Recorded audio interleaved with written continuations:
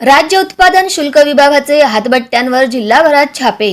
राज्य उत्पादन शुल्क विभागाने शनिवारी 29 संपूर्ण जिल्ह्यामध्ये हातभट्टी दारू निर्मिती ठिकाणी छापे मारले। या छाप्यांमध्ये हातभट्टी दारू निर्मिती ठिकाणांवर धडक कारवाई केली। यामध्ये 20 ठिकाणी मारलेल्या छाप्यांमध्ये 520 लिटर हातभट्टी दारू, 21,280 लिटर रसायनासह 2 वाहने असा एकूण 9,18,602 रुपये किमतीचा मुद्देमाल जप्त केला आहे। ही कारवाई राज्य उत्पादन शुल्क विभागाचे अधीक्षक नितीन धार्मिक यांच्या मार्गदर्शनाखाली निरीक्षक जगन्नाथ पाटील, सचिन भवड, पंकज कुंभार, दुय्यम निरीक्षक मानसी वाघ, अंजली सरवदे, सुखदेव सिद, समाधान शेळके, सुरेश जगडे, धनाजी पोवार, सौरभ भोसले, बाळू नेवसे, दत्तात्रय पाटील, श्रद्धा गडदे, सहाय्यक दुय्यम निरीक्षक अलीम शेख, आवेद शेख, जीवन मुंडे, गजानन होळकर व जवान कर्मचाऱ्यांनी पार पाडली।